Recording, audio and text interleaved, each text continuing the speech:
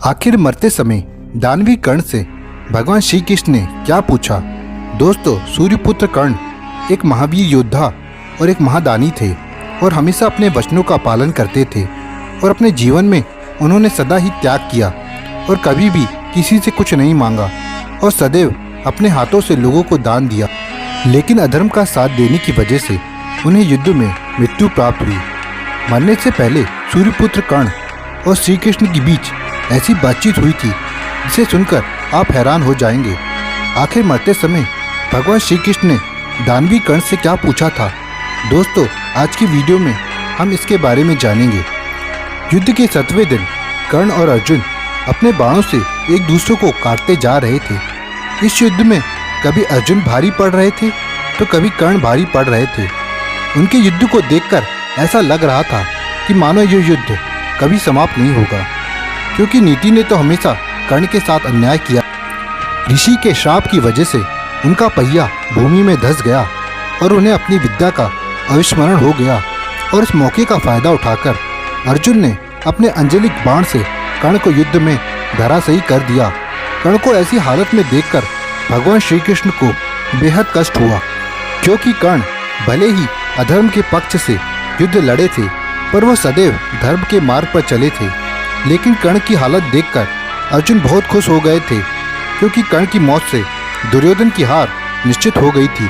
कर्ण जब युद्ध में धराशायी होकर अपनी अंतिम सांस ले रहे थे, तब अर्जुन कर्ण का अपमान करते हुए भगवान श्री कृष्ण से कहते हैं, देखिए माधव, जिस कर्ण की युद्ध की कौशल की आप हमेशा गुणगान करते थे, वो आज मेरे बाणों के आगे टिक नहीं पाया। देखो, वो मेरे बाणों से घायल होकर मृत्यु के द्वार पर पहुंच गया है।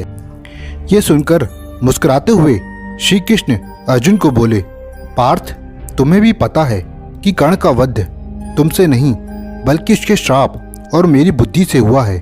अगर मैं और पवन पुत्र हनुमान तुम्हारे रथ पर विराजमान नहीं होते तो तुम कर्ण को जीत नहीं पाते। कर्ण की दान देने की आदत को पहचानो और इस विजय को उसका दान समझो। ये सब सुनकर अर्जुन का अभिमान जाग गया और उन्होंने श्री कृष्ण से कहा, अगर कर्ण सच में दानवीर होता तो धर्म उसकी रक्षा करता, लेकिन देखिए कर्ण मरने वाला है, कहाँ गया उसका दान पुण्य। अर्जुन की ये बातें सुनकर भगवान श्री कृष्ण ने एक लीला रचने का सोचा। कर्ण का अंतिम परीक्षा लेने के लिए वे दोनों ब्राह्मण का वेश लेकर वे दोनों कर्ण के सामने आ गए। उनको देखते ही कर्ण ने उन दोनों को प्रणाम किया और कहा, हे ब्राह्मण देव, आपका स्वागत है। कहिए, मैं आपकी क्या सहायता कर सकता हूँ? ये सुनकर भगवान श्री कृष्ण बोले, हे अंगराज, मैं तो आपके पास दान की आस लेकर आया था, लेकिन मुझे आपकी स्थिति का ज्ञान नहीं था, इसलिए मैं यहाँ से खाली हाथ लौट रहा हूँ। दोस्तों, कर्ण अपने द्वार से किसी को भी खाली लौटने नहीं देता। अपने अंतिम क्षण में भी कर्ण दान देने से पीछे नहीं हटा। उन्होंने पास पड़े एक पत्थर को लेकर उसे अपने सोने के दांत पर प्रहार किया और अपने सोने के दांत को देते हुए कहा, हे ब्राह्मण देव, मेरे पास दान देने को इतना ही है, अब कृपया आप इसे स्वीकार कीजिए। महादानी कर्ण की दानशीलता को देखकर ब्राह्मण रूपी अर्जुन की आंख नम हो गई। इसके बावजूद भगवान श्री कृष्ण ने कर्ण की परीक्षा लेने के लिए कहा, हे कर्ण, आपका ये दांत खून से लथपथ और अशुद्ध है और ब्राह्मण ऐसा स्वर्णदान करना उसका अपमान है। मैं इसे ग्रहण नहीं कर सकता। ऐसे में बुरी तरह घायल कर्ण ने अपने पास रखे अपने धनुष को उठाकर वरुणास्त्र को चलाया और उससे जल की वर्षा होने लगी। उस पानी से अपने दांतों को पूरी तरह शुद्ध करके ब्राह्मण को अपना स्वर्णदान देते हैं।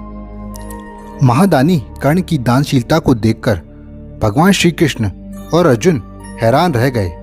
इससे श्री कृष्ण और अर्जुन अपने ब्राह्मण रूप को छोड़कर अपने असली रूप में आ गए।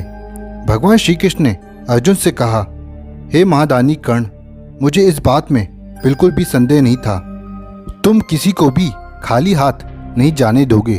तुम्हारा जैसा दानी आज से पहले कभी हुआ है और ना ही भविष्य में कभी होगा। हे कर्ण, तुम्हारे दानों के लिए तुम्हारी कीर्ति सदा के लिए अमर रहेगी।